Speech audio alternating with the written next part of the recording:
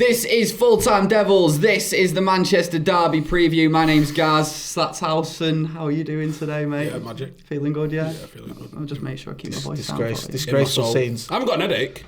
Have you not? No, just tired. Alright, fair enough. Jay, how are you doing, mate? I'm alright, mate. You're not hungover now? I'm recovering from watching his videos, let alone what he's been doing. I'm recovering from seeing him. From that. First thing in the morning, going on Twitter and seeing him topless. Like, that's not what I needed. It's not what I needed. Right, should we talk about the game a little bit? Manchester Derby, second leg of the League Cup, 3-1 down. Based on how that first leg went, I want to say we're going to really struggle in this one, and it's looking very unlikely we'll get through. But Paris! Yeah. We all remember Paris. Haven't we won like 11 out of 12 games in the build-up to that, though? Shut up, Steve. We don't need logic Don't here. use logic. Just tell us we're going to do Paris again and how we're going to do Paris again, mate. Handball in the box again. His brain cells haven't woken up yet, I don't think. I mean, if we did beat City to go through, if we could get a result that would see us through to the final, it would be... Are you even actually serious to talk about this? Like, hear me out before you start doing that thing where you jump down my throat before I've actually made the point I was making. If we did that, it'd be more epic than Paris, I think, with this squad against that City team as well, because Paris Saint-Germain were obviously flawed, and I think we had a better team against Paris than we're going to put out against City as well, because there's no Lukaku, there's no Rashford, and yeah, it's slightly weaker, I think. I know obviously Lukaku was everyone's cup of tea, but he did score 2 goals against Paris, so this is completely different. So in answer to your question, I don't think we're going to have Paris 2.0. I think it's going to be a struggle against City, and I think I'm actually amazed we're still in this tie, because after half an hour or whatever at Old Trafford against them, I thought it was going to be 4 or 5-0. They were tearing us apart. We didn't have any answer for them. Marcus's goal gave us a little bit of hope, and funnily enough, a player that a few months ago we all thought was on his way out, Nemanja Matic, actually changed the game in the second half. We managed to get a bit of a foothold in midfield and make a decent game of it, and you could see like Pep going mad on the touchline. He could sense that he'd missed an opportunity to just completely bury the tie, even though it is going to be difficult. So I don't see Paris happening again, but we are still in it. It's not beyond the realms of possibility that United can get through this game. I don't think I don't think we will, but we could do. I think it's a cliche, but I'll say it anyway. It's all about that first goal, isn't it? That's what's going to matter. No, if they get a first goal, we're out, and if we get one, we're up for it. But it was in Paris, wasn't it? We got it early, and that was like, all right, full steam ahead. Let's see what can happen now. 2 minutes in Paris. It was something stupid early on. It was 2 minutes. Yeah. Go. But we're missing some extremely key players in this. Players that have got actually a little bit of quality about what they've been doing. Not just this season, but even then in Paris, Marcus Rashford for one. We had Lukaku go and put 2 goals away. Mm-hmm. We've got Scott McTominay not playing is a thing. There's players that and you're like, but like on a serious note, we're missing those. Those 3 players could make a big difference for us in this game. I know like Lukaku didn't want to be here, and I know probably Oli was pretty happy with that in the way that he wants to see this team going forward. But I just think this... I looked at the squad that travelled to Tranmere and I was just like, man, that's fucking basic, isn't it? We are in Liverpool's Barini phase. Like, we are fully in that sort of, like, Patrick Berger. Well, he's good sometimes on his day. Like, we're in that phase. That's what people are saying. Do you know if we had... I did a transfer video the other day and I was looking at... Because they come out, didn't they, and said 6 signings is what Oli wants. He wants 2 midfielders, a full-back, a blah, blah, blah. And I was looking at possible central midfielders, and I went with Sal Niguez and Bruno as the 2 as a first choice that I think he might, or the sort of type of players he wants to go for. Yeah. And do you know if Fred was the backup to those 2? Brilliant. Yeah. 25 games a season, come in, give that guy a rest, and people, the rest thing's huge at the moment. Pep's waffling on about it all the time, even though I think he's got methods to make sure they don't get tired. I've got Klopp waffling on about it all the time. He's talking about his fitness regime. Yeah. He's got you've got Klopp going on about it all the time. He's saying he's going to play the kids and he's not even going to be there because he said he's taking the players on a break. So which, by the way, is fucking atrocious. Well, he has won lots of domestic trophies in England, so you can understand why he's taking spare room, mate, the way he is. Looks like a bric-a-brac shop. But yeah, you've got all of these people coming out talking about rest and stuff like that. I think I said this last week, but I'd love to see the minutes played by our players over this last 2 months. and just see like how many minutes some of our players have actually had to play. Fred's got to be ridiculous because he's only played other than obviously in the cup games, but in the league he's played every minute of every game since fucking November, I think. And you've got no options. And that's the issue, is like you can't rest them because you're literally looking at 17, 18, 19-year-old lads to replace them, and people are like, well, I thought Ollie said he was going to play the youth. Like, yeah, but fucking hell, lads, it's the Premier League. Do you think, not an under-18s league. Steve, do you think it gets to a point where it's almost detrimental to our reputation of how we're looking after youngsters? Because United have got this reputation of looking after our youngsters, of giving youth a chance. And you look at it, I know you're close to some of the younger players and their families and that, but I would look at that and I think some of these lads are getting run into the ground, or they're in danger of being run into the ground. And well, actually, I disagree with them. The players that are playing being run into the ground, I'd say they've been given a great opportunity. Right, okay. But I'm just looking at it and thinking, I don't know if it is a positive that these youngsters are getting a chance, because we're almost becoming reliant on them now. Yeah. And you shouldn't be reliant on them. I'm not saying they're not good enough. Situation. I'm just saying, if Fred got injured, probably you're looking at someone like Garner or Levitt being a first choice player. With the pressure that comes with it. And these are players who I think need at least another season. And it's like, don't get me started on this class of 92 shite that people spiel out, because it's completely different, as me and you've discussed many times, so have we, that they were brought in slowly, it handed a lot of experience around them. So it just worries me a little bit that, especially what's happened with Marcus Rashford and his injury. I know he's 22, but he's still relatively young. Well, no one has played more than him, had they? Yeah, since his debut. It almost seems like we're just almost in danger of just not ruining some of these youngsters, but overusing them. You might have a danger of ruining, if you want to even use that word. Like, you might actually have a danger of like some of these. I'm not going to say ruin, actually, because I'm going to pull that one back. I'm going to say you might be in danger of overexposing them before they're ready, and forming an opinion on them before they're ready. Let's say someone like Januzaj, maybe he would have benefited probably from going on loan for 2 or 3 seasons and then being given his starts at Manchester United. Maybe he then has a longer career at United.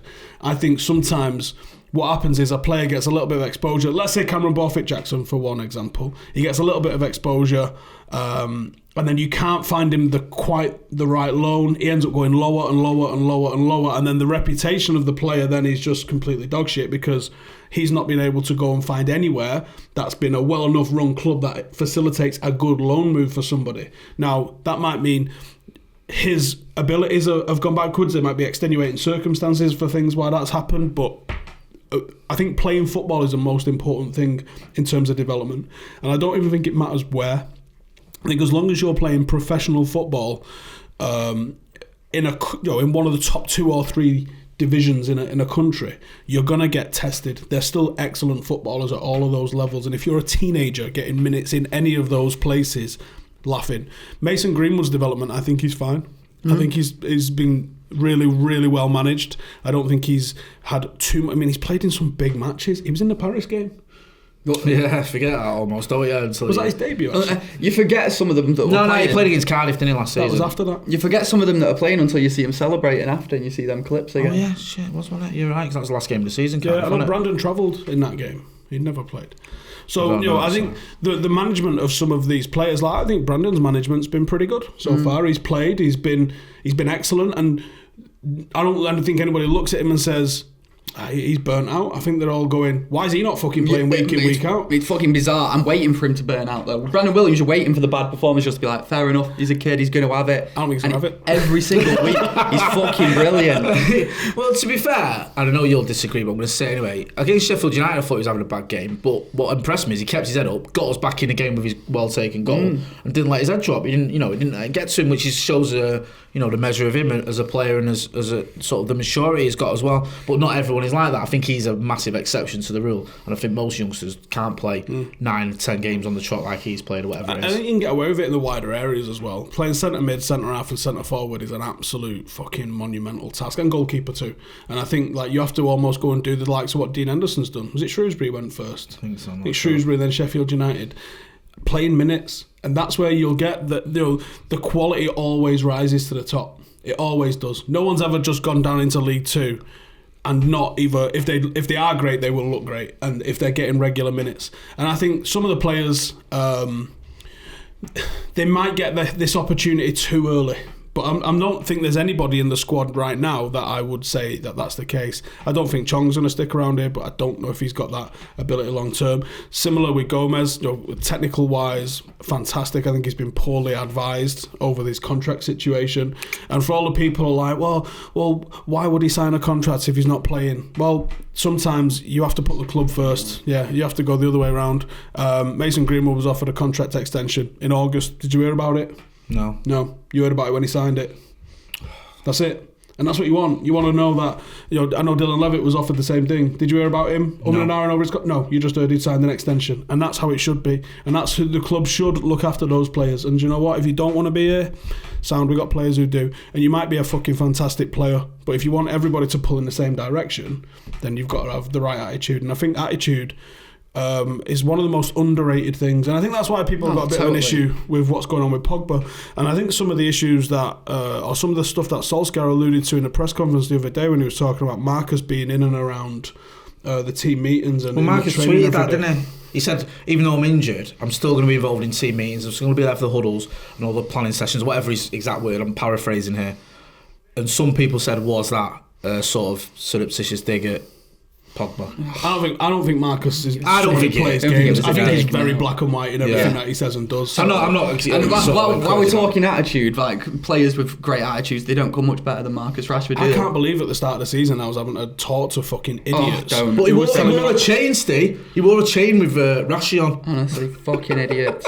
Of all the people to moan about the attitude for, Marcus Rashford, hobbling around against the Scousers, stopping and winning the league, putting his career at risk for United, signing a contract sort of almost as soon as he got offered it, becoming our best player in the squad currently. A contract that now actually he's probably undersold himself. Yes, if you look at the season he's having. Well, but people love to have a dig, don't they? We've not got getting grief because he was Mancunian. I know. He bats the front. I saw that. Yeah, I saw that. Look, it's bizarre, but we've not got him for this one. Marcus Rashford, we're going to miss him, obviously. We've got the lesser players from when we've last played them, the last 2 times that we've played them now. So it's going to be all about tactics. Everyone can talk about your last game and say Pep outclassed Ole Gunnar Solskjaer tactically. Well, let's talk about 6 weeks ago when Ole did that to Pep at the Etihad. Could that happen again here to just restore a bit of Mancunian pride? And I'm not talking turn the 3-1 tie around. Just win the game 1-0. Get a win at the Etihad. A performance, mate. A performance like that. I think you're right, and I think tactically, I really need to see something different from Ollie in this. If it's the same shape and if it's the same mentality, and possibly even the same sort of personnel as we saw at home, and I do mean Phil Jones.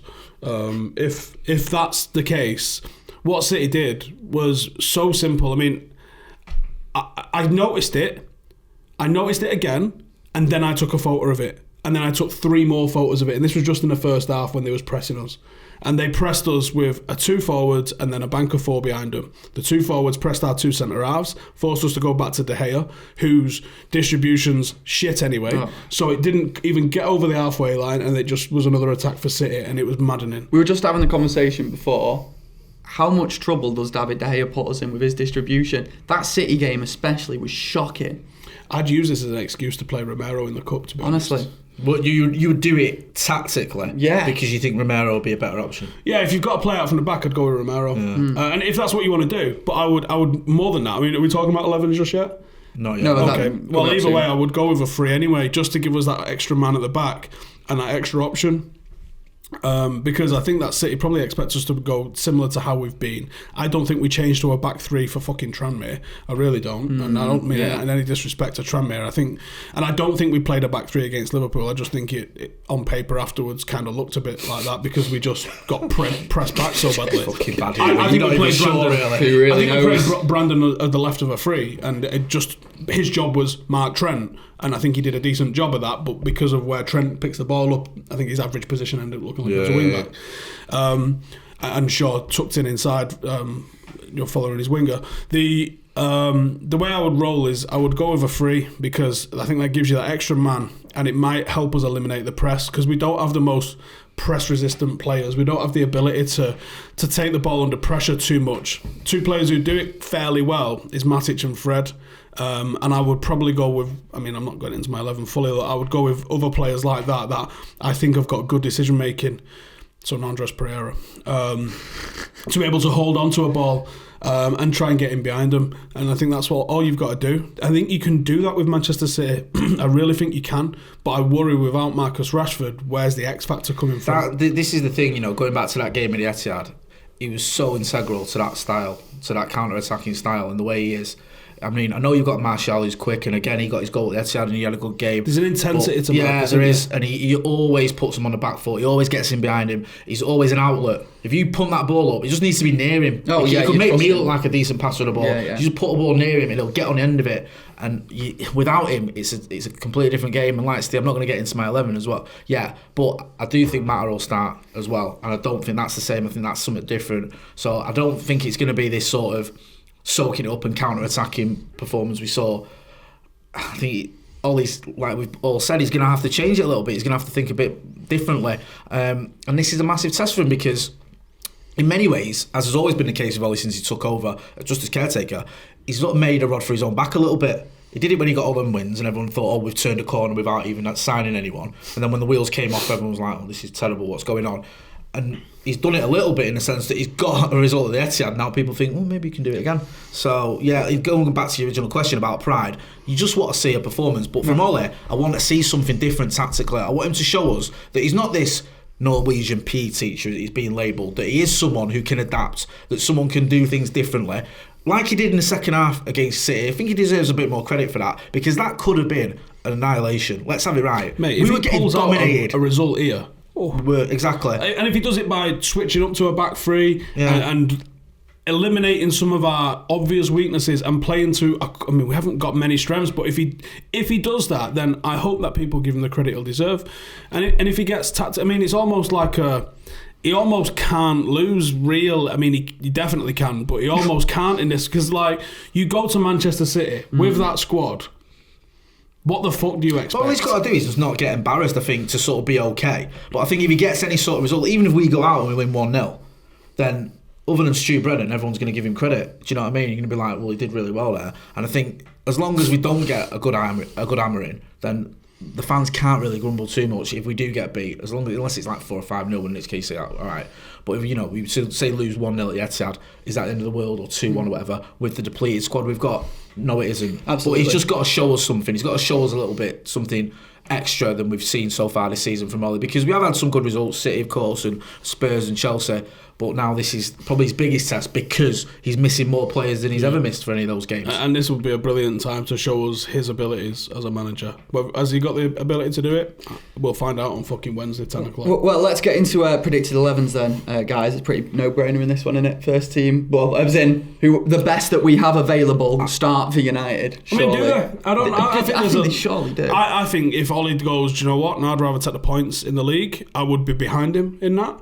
But could he do that? Could he say? Could he send out a team that is almost saying, "I'm resting players for the Wolves game," and get away with that? And the fans would be okay with that. Depends if we got a 0-0 win out of it. No, I wouldn't be okay. But if we got fucking pummeled 8-0 or something like that, you'd be like, Mate, even if it was 0-0, I'd be like, fucking hell, we played a bit of a stronger team, then we could have got some out of that. We're only 2 goals down. I know how much we were outclassed in that first game, but we are only 2 goals down. How does that make sense? That you know how much we was outclassed and we're only 2? They don't go together. I know. I'm just saying, football can change, mate. You know. I get where you're coming from. Honestly, it's the closest I've come to considering leaving Old Trafford at half time at one point. I didn't, but I was, and some aspects I was thinking this is going to be like, this could be horrible, and I don't ever want to be around for this one. And you know, Geezer in front of me did. Yeah, I don't blame him too much. I never condone it, but I don't blame him because you think like, oh my god, this could be like 6 or 7. This could be one of the worst days of my life. I can honestly say I agree with that. Like, at half time, I said if another one goes. The fact we're still in this tie is amazing to me. It is. Right, predicted 11s then, guys. Who's going to play? I'd like to see Romero in net, a back three of Eric Bailly. I was going to do that. Cheeky. Are you still playing? I need to put a team together, don't I? Since I'm not I know. It's just I hate it when I've just gone like, yeah. You know what Steve said? Yeah. I think you're right with the back three. Count me in. I'm not going to do it. Eric Bailly, Lindelof, and Maguire. Fred and Matic in the 6, Brandon and Wan-Bissaka fullbacks, Mata in the hole, and I think this might be the only difference. I'm going with James and Marshall instead of Greenwood, only for the pace. And I want to see Juan Mata just putting balls into the hole behind the fullbacks for City, and just James chase him like a fucking terrier chasing a carrier bag in the wind. Because even though, if it was to choose an 11 of my own choice, I'd probably go with that team. But for predicted, I don't actually think he will drop De Gea. I don't, because he played Romero, didn't he, against Tranmere? I fucking remember. Maybe. Yeah, he did. Yeah, because you wouldn't know, would you? He got a clean sheet again. Exactly. But I don't think he'll do that again. I think he will play De Gea. Even though I got a clean sheet, did he? Yeah. Romero was like. Even though I agree with you, I would, just for distribution. I've been saying for months now, it's closer than it's ever been between those two. So fine margins. And I'd go exactly the same team, other than I think he'll play Greenwood instead of James. I think James looks dead on his feet, man. He does. And he's not, he's still quick, but you can see like the mental fatigue. His decision making's gone to pot. And no one expected him to play 30 games by January. This time last year, he was signing for Leeds, wasn't he? Yeah, that's what Imagine that's a mental fuck up. Well, this is it. And then obviously lost his father in the summer, moved to the biggest club in the world. Scored like some absolute worldies on his first 2 games. Everyone's like, oh my God, he's going to do this every week. And then it's like the goals have dried up, understandably. The pressure's there because now he's expected to be an important member of the first team, rather than a little bit of a luxury where we can bring him on when everyone's knackered. If he was playing like he is now at the start, I think everyone would be alright with that. I think expectations was probably that was what he was going to deliver, but you're right, I think he raised his own expectation. Sort of a theme here. Theme going through Manchester United. Have we got your team, Jay? Yeah, I've just said the same as... Sorry, no one ever does. I've just said the same as Steve, other than I've gone with De Gea in goal, and I've gone with Mason at Greenwood instead of Daniel Yamas. I'm used to doing these videos where we've got 3 people along with me, so you 3 do your team and I just sit back. And you usually have Adam, who takes ages, because Mackie just sits there going, what game is it? Oh yeah, what day is it? And just makes it up as he goes along, and then picks 12 players like he did the other day, and Andy Tate picked 10. So producer Nick had to sift through that. Chaos. The average was alright, wasn't it? Yeah. 22 between them. Right. My team, I put Romero in goal, Wan-Bissaka right back, Williams left back, Maguire and Lindelof as centre-half partnership. Is he injured, Lindelof? I don't want to put Jones in. No. I don't want to put Jones in. Matic, Fred, centre mids, James on the right, Mata playing behind the striker, Greenwood on the left, Marshall up front. Let's see what happens. See, I look at that. It's gone now, mate. Alright, well, it looks alright. It looks alright. You know, like, look at things. It's alright, that. It's not. I think, it's not that bad, but then you think of the players that City are going to have. Well, we're talking about a combined 11. But you're talking about the players that City can have. If you do a combined 11, we're not friends. I'm not going to do one, ever. But if we did, it would be horrible. On tonight's Talky Balls. So let's get into City a little bit, though. Let's see where they're at the minute, because obviously the big news for them is that Laporte's come back from injury, so their fucking defensive frailties apparently all been fixed just like that. I also have defensive frailties when you've got like a £50 million fucking defender that you bought and lauded as the new bloody... Future defender. Yeah, it sat on the bench because he's gone to the dogs. Do you know what I mean? They're just whinging about nothing. To be fair, trying to get him on loan. Oh, it was Arteta, wasn't it? Supposedly trying to get him on loan. Yeah, he did. But, Well, you can get at City, though, in those positions, can't you? If they play John Stones, you know that you can get at him. They could play a young lad who's willing to make... Oh, not willing, but could make a mistake. Don't talk wet fucking Gaz. Someone like that. What, they're going to play a young lad? A young lad? A new signing, young lad. Pep has started them this season. Foden, they wheel out Foden. Right? No, I'm not talking about nice China when you've got visitors. Nah, look, we've got youngsters, look, we play him. Foden's a fucking ridiculous. The fact that fucking Pep Guardiola has David Silva in his team, who's already said he's leaving at the end of the season, and he still doesn't give Foden the games, is absolutely disgraceful and disrespectful to fucking Phil Foden. You actually think that wasn't always the fucking case with him? I know, I just think it's disgraceful, mate. He's been doing it all season, bringing it on the 88th minute. When he said that Phil Foden was the greatest player he'd ever worked with, and he isn't actually better than Messi. No, but mate, I think... Oh, he wasn't absolutely fucking shown up by Sancho going to Germany and rassing it up. Shoot me down here, but Phil Foden's a brilliant footballer. Of course he is. And he's going to be a There's top player. There's nothing wrong with that, and you'd be an idiot to disagree. I think he's 22 and he's had 14 games. Yeah, but he should be playing week in, week out, and I get it, he's a massive City fan, so he's probably happy to be playing a second fiddle. I wasn't sure, but then I seen some of his haircuts and like the shaves and his eyebrow, and I'm like, yeah, he's definitely a City fan. Definitely a blue, 100%. But the trouble is, going back to what you were originally saying, you talk about Don't talk about them up front, mate. We don't need to know. Well, even that, like the front five or whatever for City. It's all right, innit? Sterling has been shit, though. Sterling in the last couple of months has been dog shit. He has. Has he? Yeah. Has he been shit? Yeah. He has. Look, he might fucking score against us now, but he's been turd. Against us, he had a particularly awful game. The other lad, Jesus, steps up, hasn't he? He's been banging him in, and he's still got that's the beauty of having a fucking deep squad. Yeah. Is that, Aguero's injured, cool, we'll play Gabriel Jesus. Yeah, there you go, that's that problem sorted. Not like, at the moment, if we lose Mason or Tony Marshall, we're like, drink and get a note if you want to stay out late tonight. Go and play. I think talking about loan moves for players that I forgot existed. I think that's how bad it is for us. I think the big problem for us is Mahrez. Watching him in this one, he's looked good. There you go. There's another example. He almost goes under the radar sometimes, doesn't he? Because you don't always get. He's on a fucking bench. Do you know what I mean? He's like a record signing. He's been brilliant this season for City. Yeah, but he's not first choice. He's not always guaranteed. This season now, but he's not always been guaranteed a first choice start because they've got so many options. I don't want De Bruyne. I don't want Bernardo Silva. Exactly. It's just ridiculous. So and then we're like, Matic, I know you're going to leave, but we actually need you. Just don't give Bernardo Silva. Can you play the next 10 games? Don't give Bernardo Silva any space on the edge of the box. You know what I mean? Common sense. I don't know about giving him space. He just fucking took the piss. He just absolutely rinsed us. Did it again weekend? Did it? The thing is as well for this, I think Pep made it when we beat City in the League Cup and went on to win it. And I've said this before, but I'll say it again anyway. I was at that press conference after we won it, and Pep got asked about it and said, do you wish you'd have took it more seriously now because United have already got a trophy? And you could see it got to him. And they've won it every year since. And now he's not going to take any chances against us. I think he was annoyed at Old Trafford because the game is still alive, sort of. Pep annoyed? I know, not like him to start moaning about something, but you could see how animated he was on the touchline, and he was at the end. I don't think he was happy with the fact that they didn't kill the game completely or the tie completely. So I expect him to put a very strong team out, his strongest available, I reckon. Do you reckon? Yeah, especially he's already moaning in about the lack of fans at the Etihad, which I don't know where he's been for the last three seasons, but why he suddenly decided to start moaning about that is beyond me. And saying that he wants a full house there. Normally, such a voice for us, numerous sort of bunch, aren't they? The Blues. I know, it's bizarre. And then he's saying, I hope there's going to be a bigger turnout for the derby. Well, of course there is, because it's the only game they're guaranteed to sell out.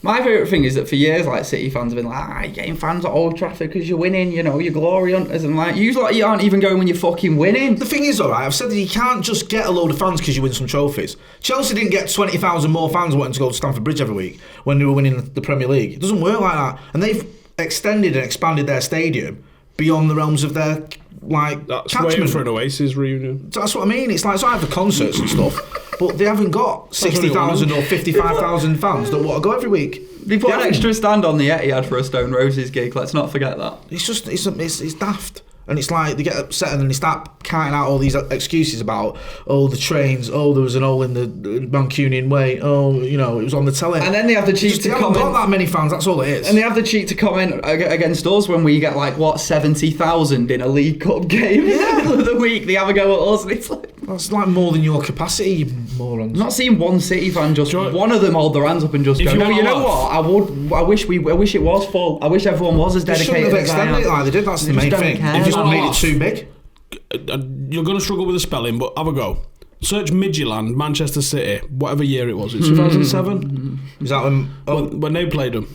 Yeah. And then when we just click on images on Google and laugh your little bollocks off, because do you want to say empty?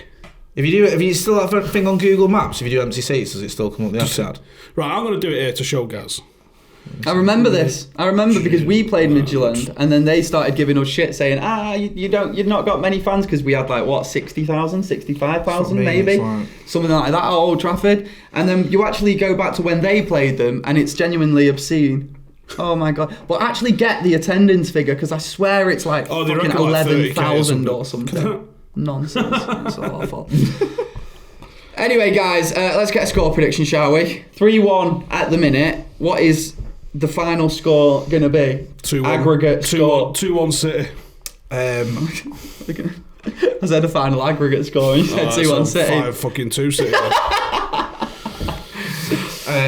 Right. No, I think we're going to... No, I can't even say it out loud. It's just not going to happen. I think we might get a draw. So I'm going to go with 4-2 on aggregate, a 1-0 on the night. And I think pretty much everyone would be happy with that. Yeah. In a way, you'd be like, okay, it's not the great result. We're not obviously through to the final, but we've gone to the Etihad twice and not lost this season. Just what I say, like, it hurts saying this. It is bad. I get the bar has been lowered. Yeah. And there's no way I'm happy that, we're going to get knocked out of the cup by City. It's abysmal. Yeah. But this is where we're at. Now commenting that, but... Yeah, it's like, this is where we're at. You've got to fucking accept where we are. If we all sat here and was like, we're going to put 5 on them tomorrow. Yeah.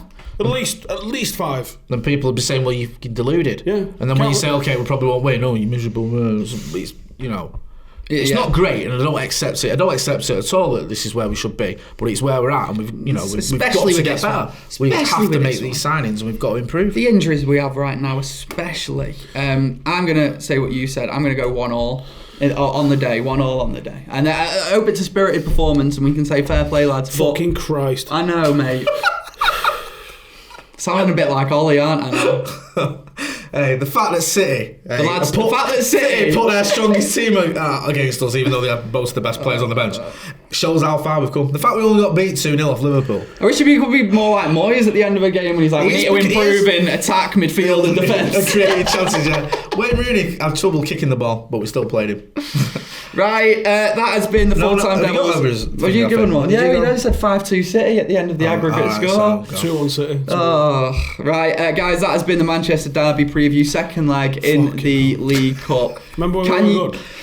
No, man. Do you remember when City were in a similar position to this 10 years ago, where they'd won, where they had won the first leg actually, and we came back and actually did the win? It's happened before, mate. Yeah, but do you want me to put? I don't want to depress you, but do you want me to pull the starting 11 up from that game? No, we don't need to know that Sylvain Distin was starting at the back for City, probably. Right, we had a mint team then, didn't we? Still, we did. Yeah. I think it was this the game when he played Rooney and Owen up front? I don't know. And they were fucking outrageously good. And then he was like, I can't play them together, they're too similar. And that's, sometimes you go, does Fergie know what the fuck he's on about sometimes? I would hate a similar player. When have you ever seen Michael Owen ping it 60 fucking yard for someone to one touch into the net? What do you mean, Fergie? You know when Rooney scored that overhead kick, I actually thought it was Owen at first. But that's similar. They do look alike, to be fair. Right, that has been Full-Time Devils Manchester Derby preview. Get your comments in below. Can we overturn a 3-1 deficit against Manchester City? It's asking a lot, but I don't even know what to say. I hope they do their best. We'll see you next time. Conveniently enough, I've got a video coming out this week on Full-Time Devils about which team was better, the United treble team or the City plastic treble winning team. Silly question with lots of silly answers, as you can imagine, so that's coming up. But yeah, we'll see you next time, Full-Time Devils, in a bit. Laters.